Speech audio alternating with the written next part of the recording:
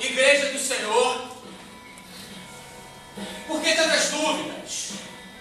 Por que tantos questionamentos? Por que tantas murmurações? Igreja, você conhece Deus? Igreja, você reconhece a soberania de Deus? Igreja, por quê? Por que tanto questionamento? Igreja, Deus é o mesmo ontem, é o mesmo hoje, é o mesmo eternamente. Deus é fiel, igreja. Então, por quê? Por que tanto questionamento? Agora você, igreja, você não. Você é diferente. Você, ao longo do tempo, você tem mudado. Você tem sofrido transformações, igreja. Então você sim deve ser questionado, igreja. Você precisa ser questionado, igreja.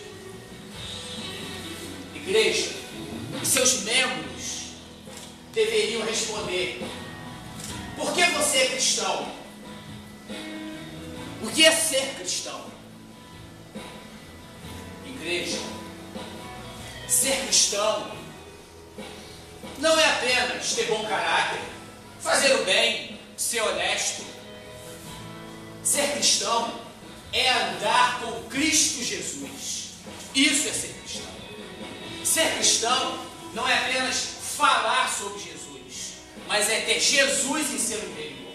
Isso é ser cristão. Vamos agora conhecer uma história de uma linda menina. E essa história vai fazer com que você, igreja, faça uma introspecção. Você possa refletir. Havia no interior uma pequena cidade, 20 mil habitantes. E nessa cidade havia uma fazenda. Nessa fazenda, uma enorme plantação de milho. E nessa fazenda vivia uma família muito amorosa, uma família muito unida. Um pai com os seus 50 anos, a mãe em torno dos seus 45 anos, 2 filhos adolescentes, 2 meninos, um de 14 e outro de 15, e uma menininha linda de 4 anos de idade. Numa bela manhã, como outra qualquer, a família se preparava para mais um dia. A mãe preparava o café, os garotos se arrumavam para ir para a escola, e o pai foi até o quintal, ligou o carro e deixou o motor aquecendo para levar os meninos até a escola. E aí foram se apontando. Só que de repente, o que aconteceu? Observaram que a porta da cozinha estava aberta e a menina não estava dentro de casa. Um desespero. Todos começaram a procurar, saíram pelo quintal, correram, andaram, entraram no milharal e nada de encontrar ninguém. Procuraram a manhã inteira. E aquele pai, nervoso, foi até a cidade. Foi à delegacia, foi ao corpo de bombeiros, contou que sua filha havia desaparecido. Então, eles automaticamente foram ajudar a procurar. Ele foi até a rádio da cidade. E lá na rádio da cidade, ele pediu para se comunicar: olha, minha filha desapareceu, eu preciso achar minha filha sumiu, me ajudem, por favor. E a população ficou comovida, e todos foram para a fazenda para procurar. E procuraram o dia inteiro, cada um saiu para um lado. Um rapaz lembrou: eu tenho um vizinho que tem um ultraleve, vou pedir para ele sobrevoar a fazenda. E esse vizinho fez isso. Outro pegou o cavalo, outro pegou a moto, e saíram, pessoas a pé, e procuraram. Deu a noite e não acharam a menina. Amanheceram novamente, saíram à procura, procuraram o dia inteiro novamente, a noite inteira novamente, e não encontraram a menina novamente. O desespero já tomava conta dos pais, da família e das pessoas. No dia seguinte, saíram novamente à procura. E procuraram, e até a hora do almoço nada. Até que quando pararam para descansar, beber água e comer algo, havia um senhor de uns 70, 80 anos sentado assim num canto, numa pedra. E aquele senhor falou assim: deveríamos fazer diferente. porque as pessoas não ouviram o que ele falou por baixo. Ele repetiu: deveríamos fazer diferente. E alguém perguntou para ele: como? Simples. A propriedade é muito grande, mas temos aqui mais de 200 pessoas. Por que não damos as mãos e entramos por esse milharal de mãos dadas? E aí alguém falou: ele tem razão. E assim eles fizeram. Deram as mãos e entraram por aquele milharal. E entraram, caminharam, 40, 50 minutos depois, o rapaz gritou: achei, achei, achei. E aquele pai saiu desesperado, correu. Quando ele chegou, ele viu a filha caída. Ele se ajoelhou, abraçou a filha. E a filha estava morta. Aquele pai gritou: não, senhor, o que houve? Por quê? E a tristeza se abateu. Aquele pai desesperado chorou, a esposa chorou, todos se comoveram. E aí a menina foi para o Instituto Médico Legal. E aí a notícia mais impactante ainda: aquele médico disse: a menina está morta há apenas 6 horas. A comoção foi completa. Por quê? Porque se eles tivessem dado as mãos no primeiro dia, no segundo dia, e caminhado pelo milharal, a menina estaria viva. Só que cada um foi para um lado. Cada um tentou decidir do seu jeito, cada um fez da sua forma. A partir daquele momento, as pessoas daquela cidade passaram a refletir e mudaram suas atitudes em relação às outras pessoas. Igreja, o que podemos aprender com essa história? Podemos aprender, igreja, primeiro, que algumas pessoas estão perdidas nesse mundo. E a igreja pode salvar vidas. Mas se cada um sair para um lado, se cada um fizer do seu jeito, se cada um puxar para um lado, ninguém será salvo. A igreja tem que ter um único foco. Todos têm que caminhar juntos e unidos. Esta é a primeira lição que aprendemos. A segunda lição é uma reflexão, igreja, uma introspecção que podemos fazer. A palavra de Deus diz que devemos amar uns aos outros, como Cristo nos amou.